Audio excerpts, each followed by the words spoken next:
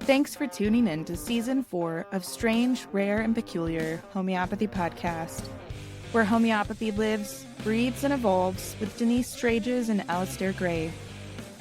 We'll be exploring modern practice, research, and philosophy, from Hahnemann's radical insights to today's breakthroughs and discoveries. Get ready for homeopathy woes, feedback from pros, and the more you knows. Hello, greetings, good morning, good afternoon, good evening. My name is Alastair Gray. I have muesli in my teeth. I'm the academic director at the Academy of Muesli and a research director at the Institute for the Advancement of Muesli. Exactly. What? How about you? Who are you? Oh, how about me? So I am Denise Straiges, and I am from the Institute of Tea and Toast, homemade pottery. Thank you very much. And homemade sourdough bread. If you are a gluten-free sourdough person, man, I got to talk to you. What's her name? Arya. I should have her name. She has the best recipes for gluten-free sourdough. Anyway, I am the president and clinical director of AHE, the Academy of Homeopathy Education, and the Institute for the Advancement of Homeopathy, which is an advocacy organization 100% dedicated to the betterment of homeopathy, which includes education, access to clinical services, high quality research in clinical studies, in outcomes, clinical stuff. I can't even talk today. I have it in my tea or my toast. In education, in the intellectual history of homeopathy, in the intersection of homeopathy and biomedicine, the profession of homeopathy, all the things, advocacy, safety. This is important. This stuff is not candy, people. We are rigorous for a reason. We curate a library. Alastair's decided that he is going to take on the library space for his own personal podcast studio. I love it. And then we raise money for scholarships. We operate on a really tight budget. We're a 501c3. We are a charity. And what we do is every year we collect all the money and then we try to pay everybody as fair a wage as possible, including us, I hope. And then the rest goes back. It goes back to students to augment tuition and also care grants. And we raise money for care grants. Wow. Big intro. We have a great topic for today. If you listened last week, this is the extension of the last 2 weeks, actually. We talked about case analysis. Then we talked about the case management. And now today we're going to talk about sort of expectations in outcomes and what constitutes this idea of quote unquote cure. What should we expect? What is there really, this magic that people attribute to homeopathy? So we're going to talk about that. First, before we get started, we have a live Q&A. I also have a barking dog outside of my door that I have to let in because it's 700 degrees outside my house. Well, I'll just take over. So you do that. It is not 700 degrees. It is 41 centigrade. 41 centigrade at 11:30 a.m. on July 3rd on the east coast of the USA. And she's back. And she's back. And it's over 100 and it's hot like the sun. Yeah, the animals are struggling somewhat. The cats are lethargic today, huh? And hopefully Hildegard of Bingen does not decide that she needs to sit on my lap because, as you listeners know, I don't like fur on my lap when it's 100 degrees. Well, her hot breath is going to just be awesome. Hot breath. Anyway, live Q&A. Hot tuna breath. Tuna breath. My gosh. I hope I don't have hot tuna breath. And I hope you, actually, I hope you don't have hot tuna breath. But that's not why we're sitting in separate places. It's for your audio enjoyment, dear listeners. Anyway, live Q&A on July 8th, 7 p.m. Eastern Standard Time in the United States. That's what is that? Q&A for what? Becoming a homeopath, studying homeopathy. And so a Q&A essentially about the school that we run, yeah. Why you want to be in it, and what are the reasons that you want to be in it. There's a lot of pretend homeopathy out there. There's a lot of cosplay homeopathy happening. Schools trying to dumb down the points of entry, making up what happens when a person takes a remedy. It's okay if they break out in sores from head to toe. Spoiler alert. It's not. Nope. Or, what did I hear this week? A clinical session that begins with the prompt. Tell me about your life. Oh, wow. and making clinics live to anyone who can. That is a breach of ethics beyond. If the person says, I'm okay with it, that's like a peep show. I don't know what is the purpose of that other than being an internet. Do you want to have a gynecology session online? Maybe some people do. I shouldn't use that example, but I just don't think it's appropriate. I There think would be some Veratrum albums, some Hyoscyamus and some Lithium Tigrinum clients, people that need those remedies that might enjoy that somewhat. remember we had that client one time. She said she would do anything If there's a camera. if there's a camera on her. That was great. Anyway, yeah, so we've got this Q&A where people can come and ask us questions. Like if you want to study homeopathy, you need to ask a lot of questions before you do it. So come join us on July 8th, 7 p.m. Eastern. There will be a link in the show notes for how to sign up for that. Also, I am super excited because I'm teaching Comfort Care practitioner course again, July 22nd and 29th. This is basically homeopathy hospice. It's a program that I developed along with my colleague, Molly Punzo, Dr. Molly Punzo, she's just one of my dearest friends. I love her. We became deaf doulas together along with our other colleague, Molly Erlinger, a couple of years ago, 2 summers ago, in an attempt to learn about what it's like to provide bedside supportive care to people in their last weeks and hours. And then I developed this course that is basically, as I said, homeopathy hospice. And I really love it. I learned so much doing it, and I just can't wait to share it. Anyway, sign up links are in the show notes for that as well. If you have plans, Comfort Care, people. Comfort Care. Be there. I just said, I said, if you have a cancer, which was a question we will answer it. If you have a question you would like us to answer on a future episode, leave us a comment. We do our best to read all of them. We read them all. We try to respond to as many as we can. All right, let's do it. Cancer. A cancer. A question is like a question and an answer combined. Maybe that's like if you're too hyped up to listen to the whole question, you just answer. It's like mansplaining. Mansplaining is a cancer. Oh, only for a specific audience, target audience. Do you get mansplained? Rarely. I've been mansplained in relationship to homeopathy by some, let's say, medically qualified practitioners that feel that my education and breadth needs some work. But rarely. Very rarely. I've never been mansplained by anyone who matters. Have I been mansplained? Daily, on the regular. How do people feel after they mansplain me? I don't know, because they don't listen, because they answer me. I always thought that Denise overcooked this sensitivity or susceptibility that she has, because she's red hot susceptible to the mansplain.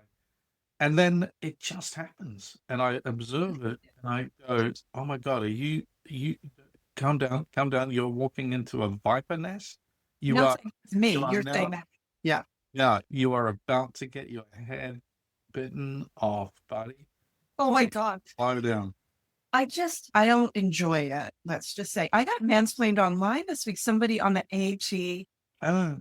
But yeah, some guy started saying things, and he tagged me personally. I don't even look at social media. I mean, I like Instagram for house stuff. I really like renovation things, and I like food things and whatever. I don't really follow homeopathy stuff online because I don't think it's good for my blood pressure. But this guy, he tagged me, and he just said, "You don't know." That's how we start. "You don't know." And I was like, oh,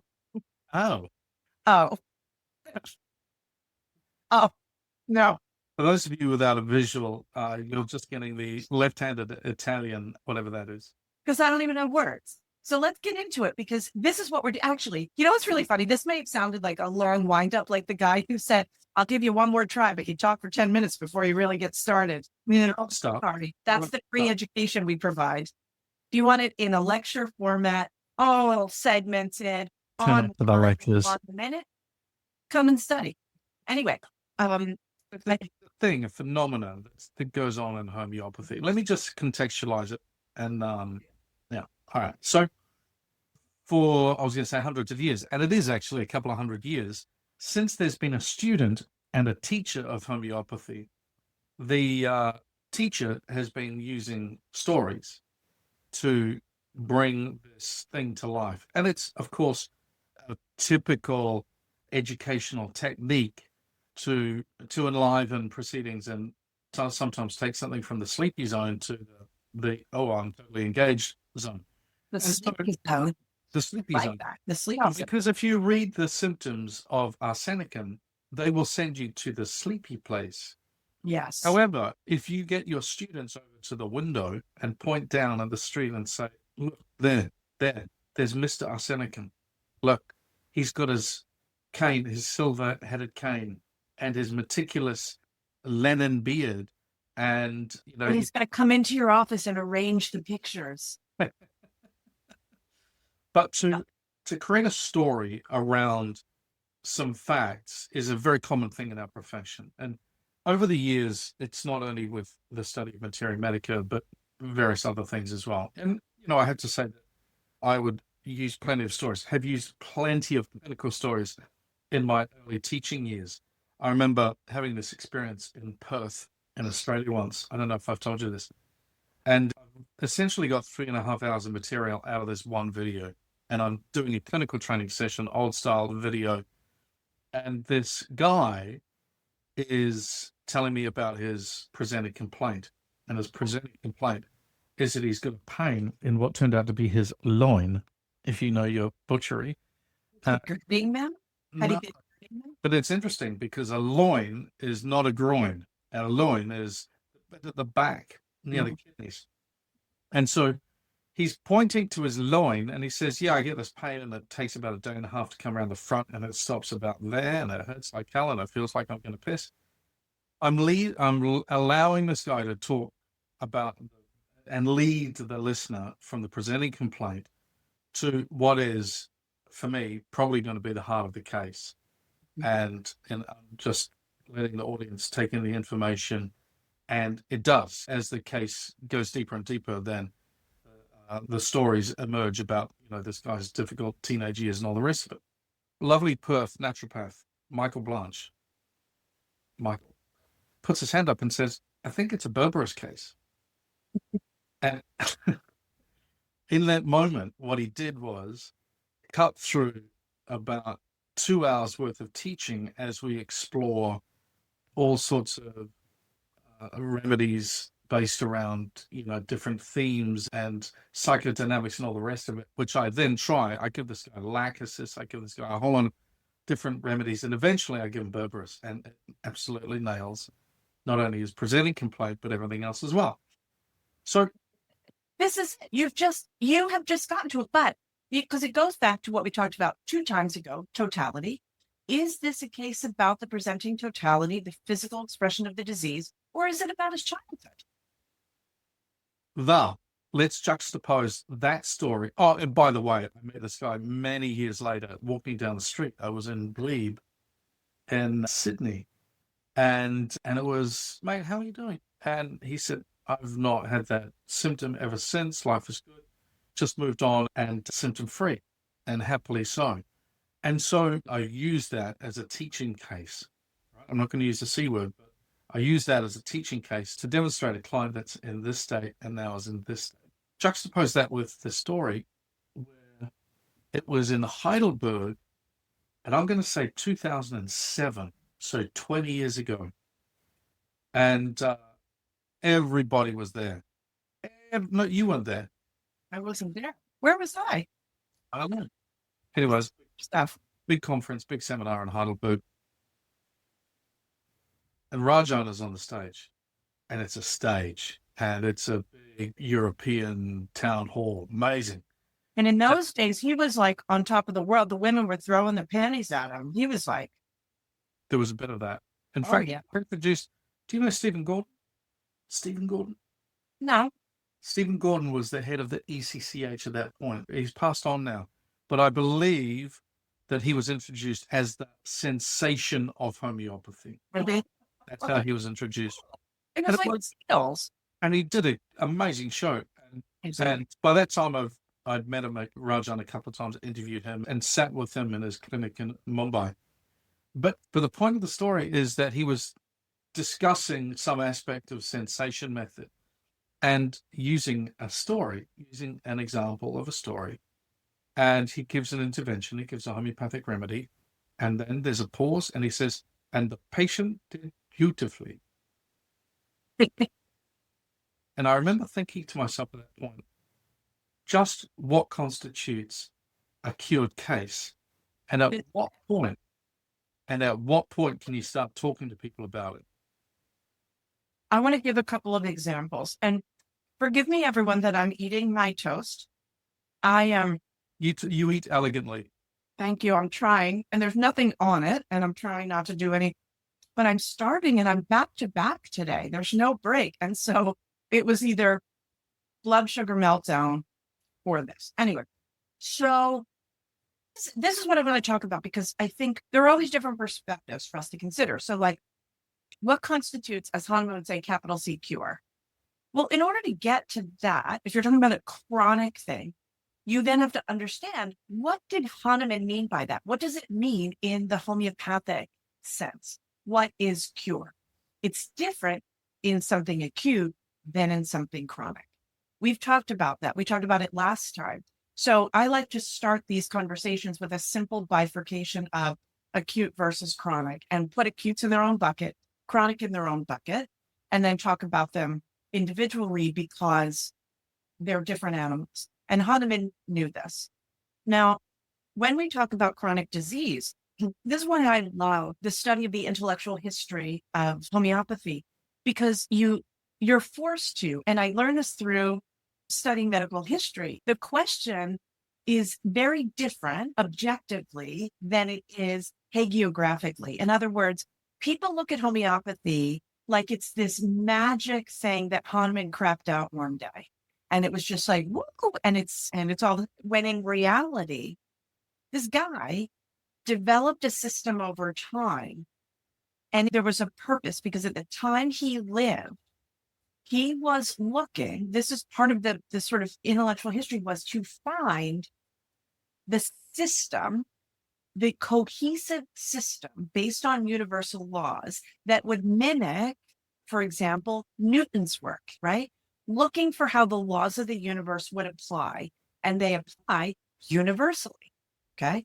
And so the footnote to Aphorism 1, which I think people look at Aphorism 1 in the Organon, and it's like, oh, the physician's only highest calling, depending on what translation you're reading. And it becomes this, it's this beautiful thing we're called to it. All true. To cure as it is termed. To cure as it is termed. But when you go to the footnote of Aphorism 1, this is where Hahnemann tells us what this is about. He says, and for those of you who may have been introduced to fake homeopathy, listen closely. Footnote to Aphorism 1. And I like how Wenda has her sidebars, and she says theoretical medicine, right? The physician's calling is not to spin so-called systems from empty conceits and hypotheses concerning the inner vasa of life process and the origins of disease in the invisible interior of the organism, on which so many physicians mongering for fame, translate that to influencer, have hitherto wasted their time and energy. The physician's calling is not to make countless attempts at explanation regarding disease appearances and approximate cause, holding forth in unintelligible words or abstract and pompous expression in order to appear very learned and astonish the ignorant, while a sick world sighs in vain for help. Of such learned fanaticism, to which the name theoretical medicinal art is given, and for which special professorships are instituted, we have had quite enough. It is high time for all those who call themselves physicians, once and for all, to stop deceiving suffering humanity with idle talk and to begin now to act, that is, to really help and to cure. And that sets off his entire premise and intervention, consistently undergirded by the laws of the universe. You say good. I did, undergirded. You said loins. I could say undergirded, because we gird the loins, right? So might as well keep that up. Anyway, this is really important, because Hahnemann is saying there is a system by which this whole thing works. And then you have to look at what he's also saying, because he's putting everything in context. The context is these other things are superficial at best, right? They are empty conceits and hypotheses at worst. But what about when the empty conceit and hypothesis has a story attached to it with a case? That sort of takes us into a different conversation, right? Because then we start talking about the evidence hierarchy and how we perceive information. But I want to talk about this stuff seriously, because we have to start having the conversation in homeopathy about what are our expectations? What do we do? Who are we in this system, right? So if we are to be a system that says, this is the pill is everything. If you give the pill, if you use this pill, you're a homeopath. As opposed to this pill, when used according to its guidelines, has 230 years of safety and clinical evidence attached to it, you can feel confident that a person who is using the pill according to the principles will be highly unlikely to do harm. Full stop. Okay? That's just it. But that's not what we have today. That's not what we have. Right? And what we have are people who are deciding to have a conversation without knowledge, right? We've talked a number of times on this podcast about the Dunning-Kruger effect, unconscious incompetence. So if somebody, right, we heard about, luckily I don't listen to this stuff, but I get reports. I don't want to know the names of people, but apparently someone who has a big presence was asked on a podcast, where do the names of homeopathic remedies come from? And they didn't know. Hello, you need to know, where did they come from? Right? What is the Latin? What is the, there's so much to know about their remedies, right? And why? And also the why they're introduced. Anyway, this takes us though to the evolution of Hahnemann's thinking, because people love to say, especially the people, Dunning-Kruger, the unconscious incompetence, it's like, well, if Hahnemann had lived longer, he would have changed his mind. Well, I think that that's a really valid conversation to have, because he did evolve his system over time. 100%. He would have definitely evolved. But what he did was he managed to do the thing that had been the attempt from the end of the Enlightenment, which was to create a unified theory that encompassed the idea of health and healing. And Hahnemann did that.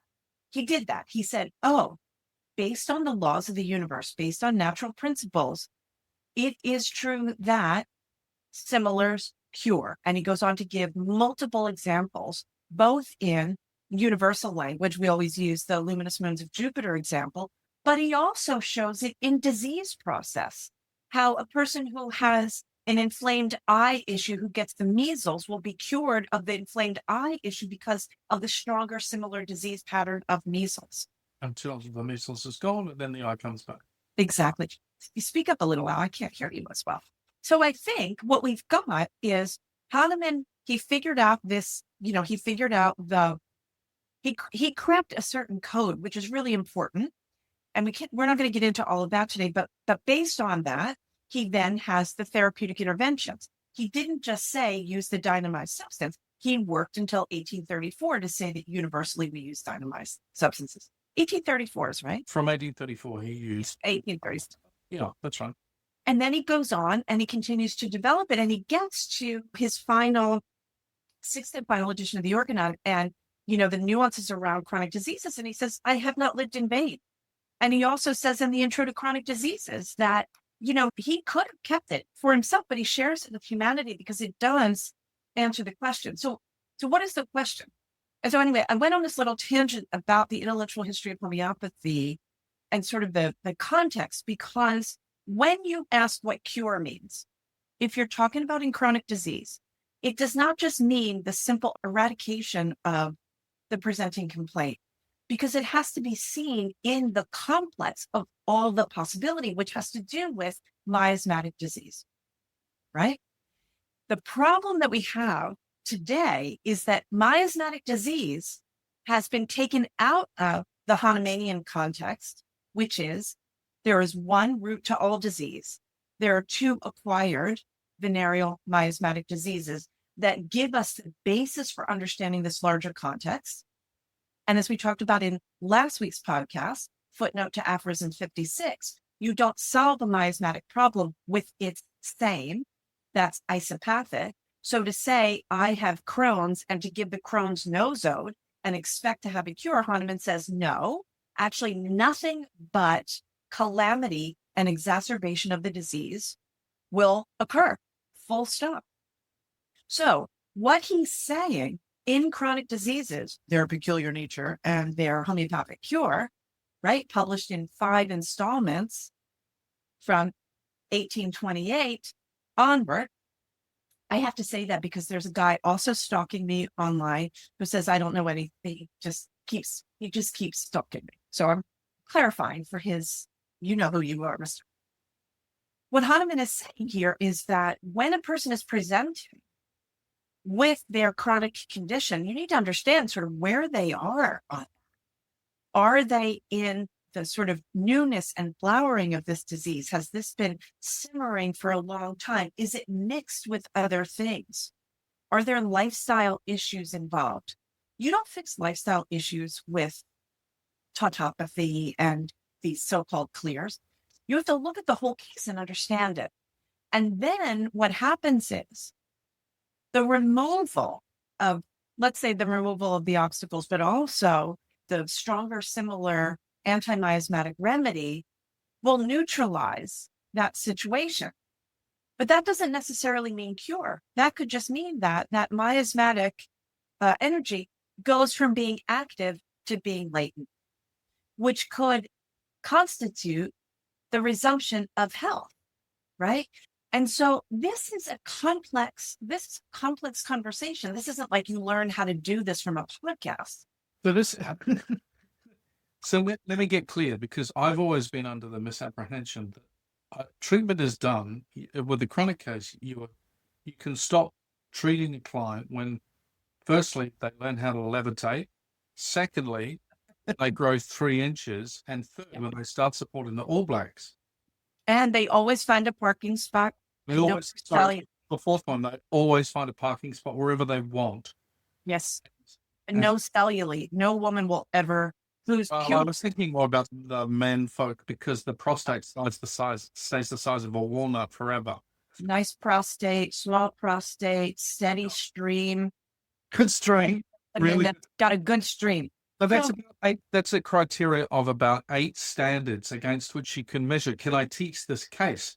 And so that's the basis upon which I've been, telling stories. And how am I doing so far?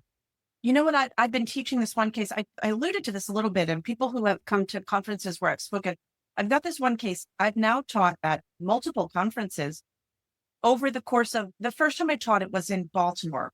Was that 2019? Baltimore was I think it might have been 2018. So 8 years. Because I drove from, oh no, that was the year before. Anyway, I think it was 19. Yeah. 2019. Right. This is a case of a dapper young man who's he's going off to college this year. And when I started working with him, he had 3 diagnoses. He was diagnosed with eosinophilic esophagitis at age 3. They upgraded his diagnosis to Crohn's disease at age 5, because at that point, I'm not sure what the criteria is, but they didn't diagnose Crohn's until 5. They're rescoping at 5. And also PAMDAS. And that would have been a couple of years later, I think 3 years later. And he'd had what I would say was decent homeopathy care. I can't remember. I think it might have been a naturopath using homeopathy. I think the remedies were all good. The posology was not as nuanced as it might be. It was a lot of give a dose. It was a lot of 4th edition prescribing and then kind of moving around. But I wouldn't say it was bad homeopathy by any stretch. Also, it wasn't the crazy stuff that we see. Anyway, I started working with him, I want to say, if it was 8 years ago, and maybe he was 9 or 10. And so the first time I presented his case, it would have been within the first year, got him off his meds. He was on a very heavy duty medication called 6MP. And it has a lot of risks associated with it. It's associated with certain cancers, of blocking puberty. There are a lot of challenges. So naturally, People don't choose to be on that kind of medication unless there is a real reason. And so I started working with him, and I'm going to say it was within a year. I don't know what the timing is. His labs were good. And the gastroenterologist was like, let's get him off this taper immediately because it's a really highly toxic drug. And so he's been off it ever since. Now, of course, I get really nervous. But up until this point, he was still having to be on a restricted diet. He was gluten-free. He was, there were all these things that he couldn't do. And we slowly worked him through over the years. Now, things don't just disappear because you've got a living, breathing organism. He's growing. He hit puberty, right? All these things happen. But what was really interesting was at a certain point, we were in New Zealand. We're in New Zealand a lot, but it would have been after COVID, 2023, let's say. That sounds about right. And he had a barrage of acutes. Well, I remember this. You remember? It was terrifying. And this is a good example because you've taught the case. I've taught the case. And then he gets his dramatic. But I didn't teach it to say this is a cured case. I taught it to say this is a case that is moving in a direction of cure. We don't play God. We shouldn't play God because there's a lot of hubris in making claims, both legally, but also ethically, And anybody who's a human in a human body knows, okay, at what point are you completely free of anything? Especially if when you levitate, you're 3 inches taller and you support the All Blacks. And you always get a parking spot and you never get cellulite and you pee a great stream every night. That's it. Okay. Sure. So we come along and he was doing well. He was getting better. Things are going well. And then he has a year of lots and lots of acutes. I remember looking over your shoulder at the photo of the throat. That was incredible. Oh, yeah. I think that he might have had a peritonsillar abscess. And so it was terrifying. And so the mom, who also happens to be a homeopath, was like, I'm not touching it. You know why? Because, and this is really important, we had gotten to the place. So we had healed to the point where he was going through the experience of the acute illnesses he had had between 18 months and 3 years old. There were medical interventions, there was suppression, and he resulted in a deeper chronic pattern. As he had the health status, these acutes started coming back up that were addressed, each one at the appropriate time. And after this big acute, another level of health achieved. It was brilliant. Brilliant. Now, what does that teach us? Now, somebody who's teaching this homeopathy where they say, well, you could have just given the clear for all of this, all the vaccines, all the drugs, give 6-MP in potency, do all that stuff. I can't even fathom, because what has happened here, first of all, you wouldn't be able to manage the case, but what we've done is we've built him to a better and better and better level of health. And this is really interesting, because this is where the sort of biomedical model and this newfangled homeopathy are banging into each other. Because if you look at it through the biomedicine idea, there's a germ, you kill it. Okay. There's another germ, you kill it. That germ could be a virus, a bacteria, a fungus, a parasite, whatever the case may be, but you're always trying to kill it. That reductionistic approach is a short-term gain. The long-term problem is a disrupted ecosystem. So you have a person who is no longer in harmony with the outside world. So then you start to develop allergies, or as we see now, MCAS, right? Mast cell activation syndrome. So we've traded off the short-term gains for these long-term problems. Protocols are going to do the same. You give all these things, it's not going to, there's no way. So anyway, so this kid, right? Once we get him to the point of health, he goes through acutes and he hits a new level of health. Now, here's what was really interesting. And this is why this case is fascinating to me. He developed a superficial thing that let's just say it was in a location where he wanted to see the doctor. It was very small, but and the doctor said, let's put a topical antifungal on it. And he was like, by now he's got agencies like 16, 17, something like that. And so mom said, what do you think about a topical antifungal? And I was like, you could try it, but let's see what happens. 2 doses of a topical antifungal and the case started to go off. Now we got it back on track and he's doing great. But I say this because it really teaches us about this other idea that we are reestablishing this beautiful harmony in the biome of the human internally, but also superficially, right? All the things that live under here and on our scalp and in our mouth and all of it. We have to be in symbiosis with the environment around us. And so this idea of homeopathy that you just throw a bunch of stuff at it and it all fixes itself at the same time because this whatever reason, no reason, is when you look at it from the standpoint of this long-term process of, as Hahnemann calls it, the restoration of health, right? Then you have long-lasting cure on some level. I don't like to use that word. I like to use this, that being on the trajectory of better health. Are there blips along the way? Sure. Can I give one more example? Sorry, I know there's this thing in the Waldorf world. So anybody who's in a Steiner environment. So they talk about the 9-year change. And also in 3rd grade is a time when the whole class can get sick. And it's like a thing, right? And I remember when number 2 was in 3rd grade and they all got sick. They all got strep throat.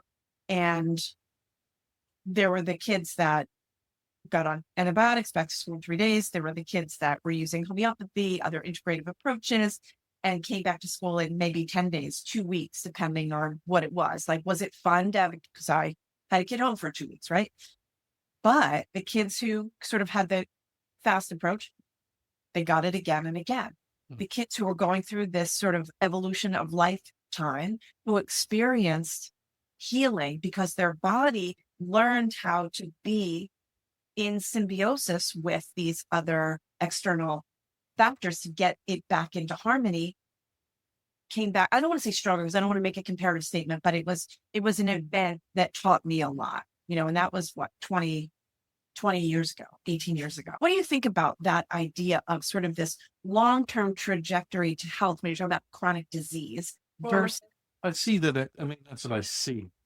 But that's what I see. It would be really good to look at some good longitudinal studies about the chronic health status of folks that have been using homeopathy for a long time. There's a couple of them out there. But so yeah, I hear you. I wonder, just going back to the beginning again, because at the very beginning you said, I want to talk about chronic and acute and the difference between them in relationship to cure. Yeah.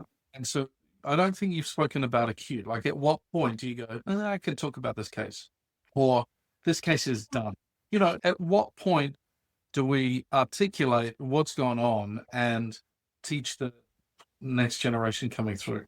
If it's a true acute, you either get over it or you don't, and you get over it in a reasonable amount of time. So I think teaching acutes, you're not waiting 3 months or 6 years to evaluate, because you do need longitudinal data to understand if you're talking about a chronic, just to go back to that for a second, the way you know that a case is on the trajectory is that they're feeling better. They are feeling better in themselves. There's a clarity, and the symptoms, the exacerbations should become less intense, less frequent, and for less duration. And it's a process.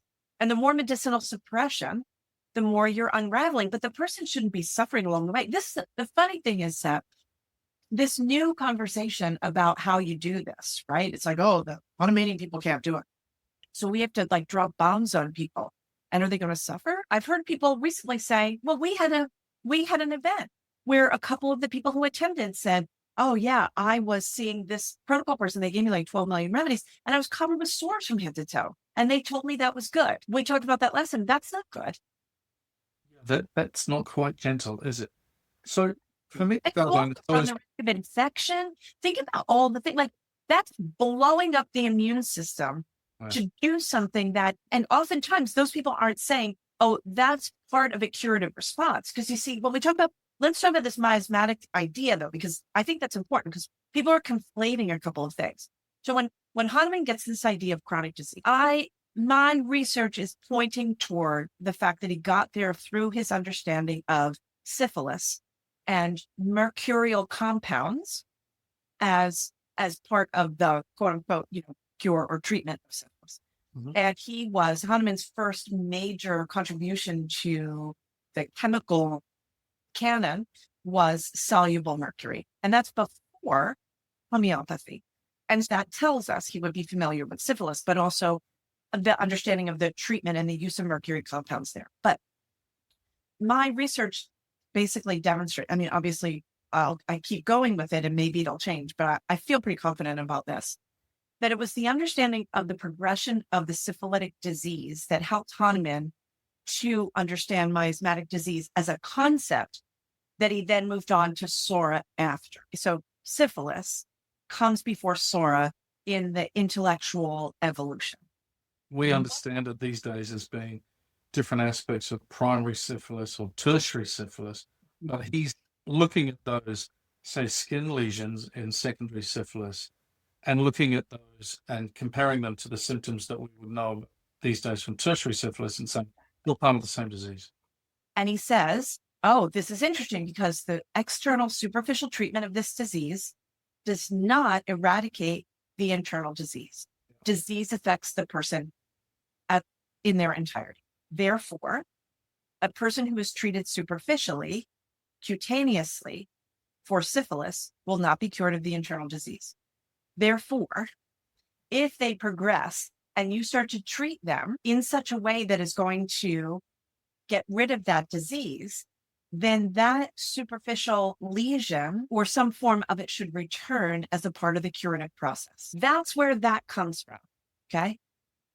And similarly, when he is beginning to and continuing to have his discussions about SORA and psoriatic disease, what he's saying is there will be often unnoticed some expression on the skin, some cutaneous manifestation. Well, might not even notice it. And then it becomes a part of the interior disease. Therefore, as a part of the healing process, that may show itself again, right? This has become a completely different conversation where people say the skin is the vent. That's an allopathic idea, okay? This skin as a quote unquote vent and this idea you get covered in sores as part of, your prize for taking 15 million homeopathic remedies at a time is crazy town, because that is not a part of the healing process. That is an exacerbation. That is pushing the body out of health and into more suffering. And it's making the person more susceptible to a superficial infection, for example, right? So just to wrap this up, I think that when people are talking about cure, they need to, or actually I should say it a different way, because the people who are hawking these wares, these nostrums, basically this fake homeopathy is just, it's charlatan nostrum delivery, like we saw, like they used to call homeopaths back in the day, right?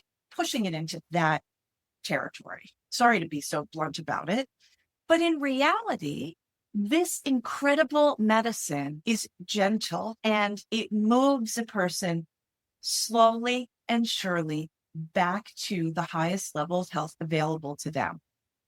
And the way to get there is by making sure that anything that is asked of the vitality, the vital force, the immune system, however you want to call it, that whatever you're giving, right? You give a remedy, the remedy doesn't do anything. The vital force has to respond, that there is enough energy to respond and that the response is used intelligently. If you drop a ban on someone, they have to respond to everything. Totally, yeah. Do you know what I mean? Like a fight or flight. Yeah, I want you to say something again, though, and I want to tweak it because it's really, really important, folks, and that is the remedy does nothing. So that part is not quite, as I understand it, from the physics and from the latest research, because the nature of the remedy's got to be accurate to fit the key in the lock, because there's a lock. Once the key opens the lock, then you're totally right. It's the vital force that does the work and the resilience of the vital force that does that. But it's not as if the remedy doesn't do anything. You're totally right about that, but it's got to be a good remedy. It's got to be a similar remedy. Boom, open up, and then the vital force can move. But I wonder if there's like a little bit more scaffolding to build around that, because what we are seeing now is that the bombardment is not without effect. Oh, see, that's really interesting. You know what I'm saying? Yeah. I'm still, because when you said that, I immediately flipped into Iris Bell mode. Exactly. The hormesis, right? And if we are complex adaptive systems, and then for a complex adaptive system to be bombarded with hundreds of messages at once, no way. I don't think there's any capacity for a meaningful resistance to those messages from the vital force. Exactly. All right. Now, let's wrap it up, because we've got a couple of listener questions and comments. I want to wrap it up with one other thing. I think I want to start having mansplain corner. And so some of the things that we've been mansplained on that I kind of get a kick out of is when people who haven't listened to the whole podcast, but they watch the reel and then they have a rant and they say, you don't understand that. So one of the things that there is an assumption that we don't understand is that there are some nosodes and sarcodes for which there are provings. Just to be clear, we do understand that. We also understand that some of those provings are inadequate. Some of them are based only on superficial clinical symptoms, like a lot of Samuel Swan's provings of nosodes. He says it in his own, you can find the quote, I don't have it handy today, but Samuel Swan says, we don't need to do provings on these drugs because we already have them from our clinical information. That is also true. Some of the substances we don't have any data on. We also don't have data on what happens when you give multiple and repeated doses of any homeopathic remedy, but especially those made from the byproducts of disease, healthy human tissue, or allopathic medicines. So if a person is taking a quote unquote clear of a vaccine, how do you know that that is not causing, any kind of an issue that you're worried about having a vaccine? So I think that we need to be much more discerning instead of looking at homeopathy as a magic trick that anybody can do, rather to say, this is a form of medicine that requires judicious use. Okay. So that's mansplain corner. Maybe I should girl splain. This would be my Well, I think, there's a little bit of that, but I would invite the menfolk that want to splain Denise, especially splain Denise, to bring it on. Now, I'm going to read to you. Bring your research. Note from one of our supervisors, and it's one for you actually. So it's a nice message, which I'm going to read to you. It says, "I got to thank Denise." Wait, who's it from? It's from Ashley. Ashley H. Yeah, I want to thank Denise for introducing me to the remedy QRA years ago in the chronic clinic. I remember she said something to the effect that she understood it felt unfair that we did all of this repertory work and remedies like QRA did not come to the top for consideration, and then explained how it fit really beautifully into a particular case. Well, I've got a case at the moment and I recommended QRA for, and this client is experiencing some pain relief for the first time in years. Thank you for introducing these small remedies, because sometimes they make all the difference. Thanks, Ashley. How about that? I love that. One of the things that's really fun about clinic. So if you come to school at AG, when you come to clinic, we don't just give you the menu. If they say this, do this. You have to discern and figure out. And we had such a great time doing it. And one of the things that we do is we deconstruct a case and put it back together. We analyze it in all, we evaluate all the different possibilities. And then of course there's the finding the remedy. And I remember this case so clearly because curare, if you're not familiar with it, it's in the same family as Noxomica and Gelsemium and Ignatia, and it shares similar qualities to those remedies. It's an arrow poison. And so when we were analyzing this case, those remedies in the same family were coming up in our differential. Curare is a small remedy. It just doesn't present itself. Now, having learned that remedy when I was a student by my favorite, the late Eric Zimmerman, rest his soul. I just remembered him talking about it. I think he may have even shared a case or two. I forget, but I thought, oh, and I also teach it in a neurologic therapeutic differential, curare and Lathyrus, which is chickpea. Anyway, and so we did a different form of analysis. So we had a hunch, and then we worked backwards of how to find it. And it was a really, good. I love it. And then there's just one more thing here from episode 120. Crazy John Smith says the fact that nosodes, etc., can occasionally be useful does not excuse their excessive and misplaced use, which is mainly on allopathic paradigms, dilution of homeopathic principles. Thank you, Crazy John. You don't sound crazy. You don't say crazy to me. Are you kidding? We love you. No, it's John. And then episode 121, homeopaths saying you can't do XYZ with homeopathy. This is my favorite. Exactly. So many homeopaths, and they put them in quotes, claiming that homeopathy can't do something, when in fact, it's that the practitioner is incapable, and worse, they either cannot and will not learn how. And that comes from David Kempson. I want to give a shout out to David, David makes amazing social media posts, and I feel like we're kindred spirits because he's just totally on the same page with us. So thanks for that, David, and thanks for doing the social media dirty work when we just cannot. We appreciate it. All right, people. Good stuff. All right, that's it. All right. Right. Yeah. See you later. Take her easy. AHE is changing the face of homeopathy education by raising the bar through rigorous academics and unparalleled clinical training delivered live through the soulful use of cutting-edge technology. AHE prepares its students to become fully rounded homeopathic practitioners from anywhere in the world. Apply today at ahe.online.